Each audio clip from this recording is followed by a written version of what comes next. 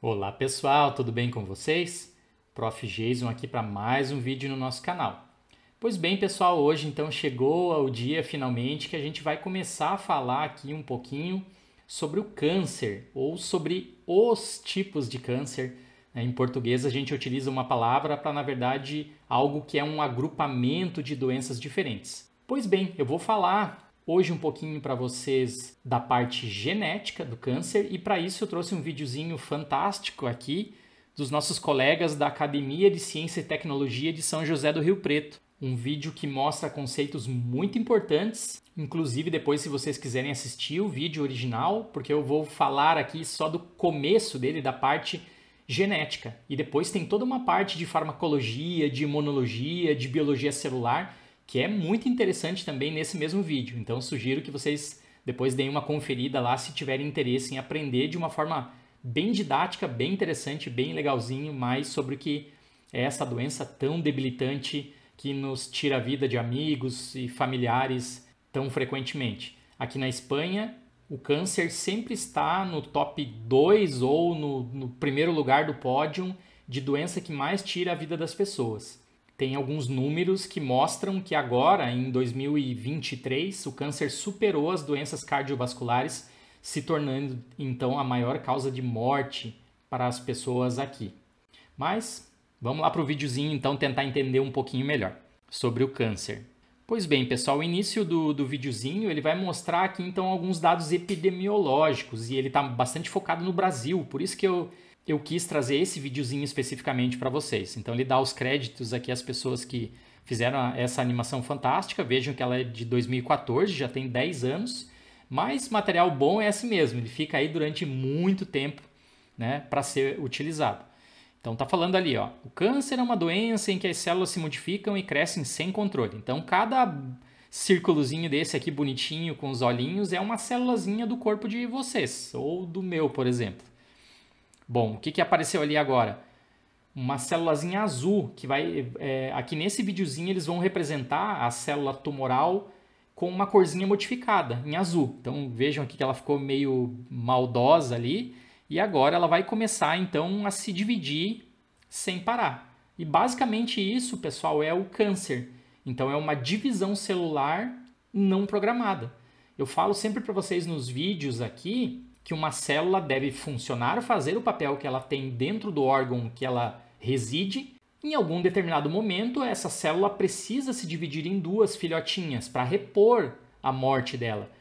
Aqui é uma situação completamente diferente. O câncer é um processo onde aquela célula começa a se dividir sem parar, gerando um monte de filhotinhas que a gente dá o nome, então, de tumor, certo? Então tá aparecendo aqui no videozinho, ó, que uma entre cada 80 pessoas no Brasil tem câncer. Esses números são de 2014. Existem alguns dados sugerindo que esses números aumentaram no presente momento no Brasil. Ou seja, cuidem-se, pessoal. E aqui tá, como eu falei no início do vídeo, então, existem mais de 100 tipos diferentes de câncer. A gente trata como se fosse uma coisa só. Inclusive, isso dá origem a diversas bobagens que são faladas aí nas redes sociais, de que a indústria farmacêutica tem a cura para o câncer, mas ela não libera porque ela ganha muito dinheiro vendendo medicamentos, enfim, essas groselhas todas que são faladas por aí. O que, na verdade, a gente pode afirmar cientificamente é que os tipos diferentes de câncer, às vezes, exigem tratamentos diferentes, às vezes eles têm origens diferentes e eles talvez vão até mesmo exigir medicamentos diferentes. Ou seja, talvez a gente se aproxime, e isso muito provavelmente vai acontecer, a gente se aproxime da cura de um determinado tipo de câncer, mas não dos outros, porque eles são, na sua essência, todos chamados de câncer, na sua essência, todos eles são uma multiplicação celular exagerada ou alguns problemas genéticos que a gente vai ver aqui agora, mas eles têm particularidades diferentes dependendo do órgão que foi afetado. Então tá aqui, ó, sendo mostrados os mais prevalentes no Brasil. O de pele, não melanoma, o de próstata em homens, o de mama nas mulheres. E aqui, o pessoal que já teve aula comigo, a gente comenta muito dos genes BRCA1 e BRCA2, ou BRCA1 e BRCA2, que são dois genes muito importantes para o câncer de mama nas mulheres. Isso leva muitas pessoas a falar por aí que o câncer de mama ele é genético. O que na verdade a gente deveria falar por aí é que ele sim tem genes muito importantes, mas ele não é só genético, como vocês vão ver exatamente nesse videozinho aqui. Já quero adicionar aqui, pessoal, a importância então de fazer os exames regularmente para nós homens, no caso do próstata, ou para o caso do câncer de mama nas mulheres. Não exclusivamente nas mulheres, também vamos adicionar a isso. O pessoal não sabe muito bem, mas o câncer de mama pode sim acontecer em nós homens também. A frequência é menor, mas sim pode acontecer. Então fiquem atentos, a prevenção ainda é o melhor remédio em 2024.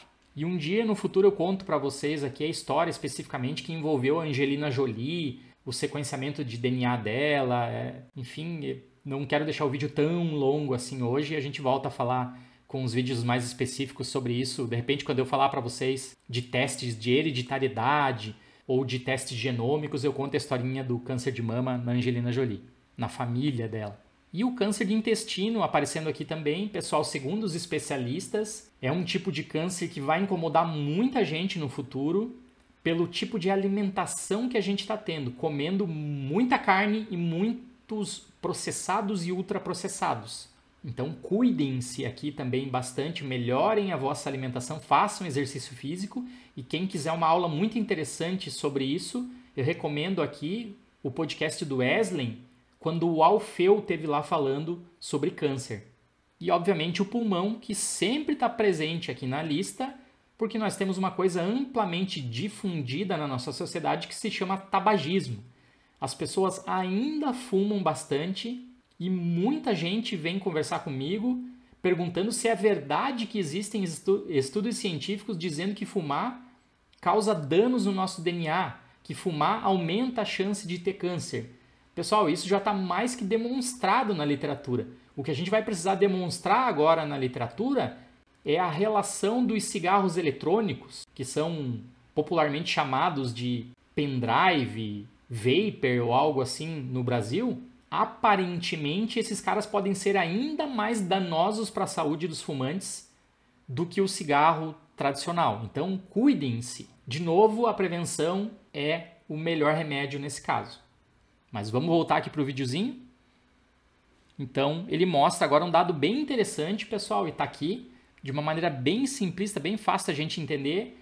A origem do câncer, sim, são mutações genéticas, porém aqui tem uma confusão, pessoal. Vejam o gráfico mostrando que são 5% de mutações hereditárias, ou seja, aquilo que eventualmente eu tenho, um alelo de um determinado gene que eu tenho em mim e que se eu tiver um filho eu passo isso para o meu filho, então estou passando uma probabilidade maior ou menor dos meus filhos terem um determinado tipo de câncer, estou passando uma suscetibilidade para eles, mas vejam que 95%, ou seja, a imensa maioria dessa aqui, diz que são mutações causadas por mau hábitos de vida. Ou seja, aqui vem de novo o fumar, o comer muita ultraprocessado ou muita carne, o entrar em contato com muito agrotóxico e por aí vai, certo? Então, as coisas ruins que a gente vai fazendo na nossa vida, inclusive sair no sol sem protetor solar e fica lá torrando a pele, aumentam a chance de que ocorram mutações lá na nossa moléculazinha de DNA. E essas mutações, então, vão prejudicar as nossas células, podendo eventualmente gerar um câncer. Por isso que eu falei 2 vezes aqui já nessa aulinha. A prevenção ainda é o melhor remédio. Cuidem-se, por favor. Então vejam aqui o videozinho, vai mostrar fumo e álcool, radiações e poluição, alguns compostos químicos e alguns vírus, assim como uma baixa imunidade crônica. E aqui a gente vai discutir então a origem do câncer. Está lá o nosso corpo, tem cerca de 10 trilhões de células, não se prendam muito no número, como eu sempre falo aqui para vocês. As nossas células nascem, vivem, desempenham um determinado papel enquanto estão vivendo e deveriam morrer. E se elas morrerem, elas deveriam deixar filhotinhas por um processo de divisão celular, para que a gente continuasse vivo. Porque se elas morressem e não deixassem filhotinhas, a gente, consequentemente, ia sumir, ia morrer também, né? Somos um aglomerado de trilhões de células. Pois bem, ele vai contar aqui, gente, no videozinho, o papel de um gene muito importante. É um gene chamado P53, que dá origem a uma proteína com o mesmo nome, a proteína P53. Essa proteína é então uma reguladora da morte celular, dentre outros papéis que ela tem aqui, certo? Então, cuidado, não vão sair desse videozinho aqui dizendo que só a P53 é a responsável. Não, eles estão focando em um gene que é bastante bem estudado aqui. Então vamos lá para o videozinho. A célula está ali, toda bonitinha. Lá dentro da célula tem um núcleo, dentro do núcleo tem o nosso material genético, que vocês já sabem que normalmente não está no formato de cromossomos, isso já foi falado em outros vídeos. E a gente vai aqui então para o cromossomo ou para a molécula de cromatina número 17. Lá tem uma regiãozinha dessa molécula de DNA que tem então o nosso gene P53.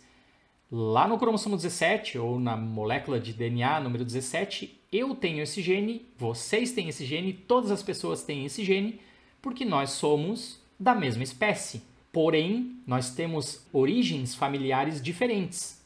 Então, cada um de nós pode ter uma leve variaçãozinha aqui lá no gene da P53.